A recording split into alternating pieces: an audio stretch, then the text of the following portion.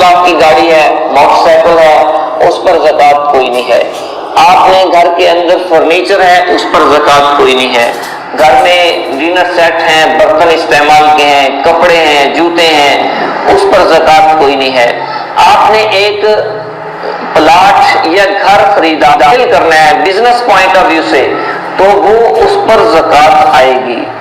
جس ریٹ پر آپ نے خریدا، 2015 میں خریدا، مثال کے طور پر 30 لاکھ کا پلاٹ خریدا، مکان خریدا یا خالی پلاٹ خریدا، اس کی 2019 میں اس کا ریٹ ہے 50 لاکھ روپے مارکیٹ پرائس، تو 50 لاکھ روپے آپ نے گھر یا پلاٹ رہنے کی نیت سے خریدا ہے تو اس پر زکوٰۃ کوئی نہیں ہے۔ آپ نے فیکٹری خریدی ہے، فیکٹری کی بلڈنگ، فرنیچر، مشینری ہے، اس پر زکوٰۃ کوئی نہیں ہے۔ تو جو بھی ذاتی استعمال کی چیزیں ہیں اس پر زکوٰۃ کوئی نہیں۔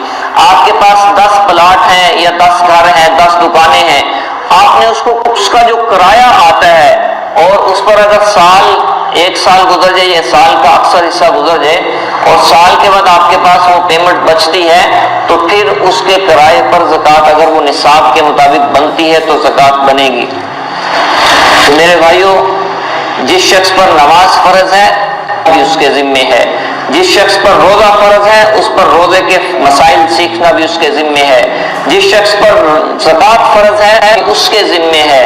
ہم نے سب کچھ مولویوں پہ ڈالا ہوتا ہے کہ یہ ہمیں سمجھائیں گے، نہیں، آپ خود سیکھیں، آپ کے ذمے ہے۔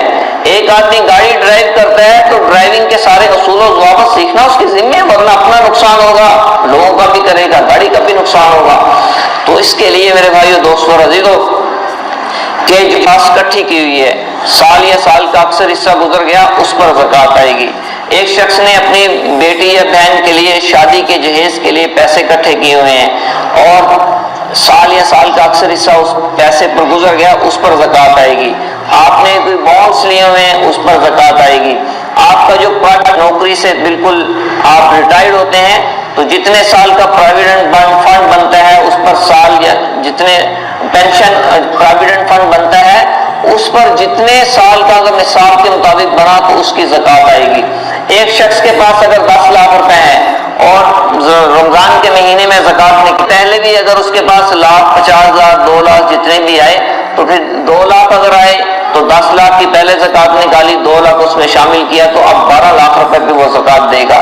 ایک شخص جو ہے وہ اس کے پاس 10 لاکھ روپے اور 10 لاکھ کی قرضہ دینا ہے، 5 لاکھ ہے، یہ 5 لاکھ قرضہ دینا ہے، تو پھر اس پر زکوٰۃ کوئی نہیں آئے گی۔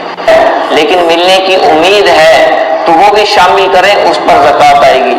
تو زکوٰۃ کے لیے آپ کا مالک ہونا بھی ضروری ہے، آپ کا قبضہ ہونا بھی ضروری ہے، سال یا سال کا اکثر حصہ گزر جانا بھی ضروری ہے۔ بعض خاندانوں کے اندر ہوتا ہے کہ زیور جو ہے جو عورت کی طرف سے اسے ملتا ہے جاتا ہے، جو لڑکے کی طرف سے چڑھایا جاتا ہے وہ لڑکے کی ملکیت سمجھا جاتا ہے، تو جو بیوی کی ملکیت سمجھا جاتا ہے وہ بیوی کے ذمہ ہے، اس کی زکوٰۃ نکالے۔ اگر شوہر یہ کہتا ہے کہ یہ جو میری طرف سے زیور چڑھایا گیا ہے یہ بھی آپ کو میں نے دیا، تو پھر بیوی کے ذمہ ہے، زکوٰۃ نکالے۔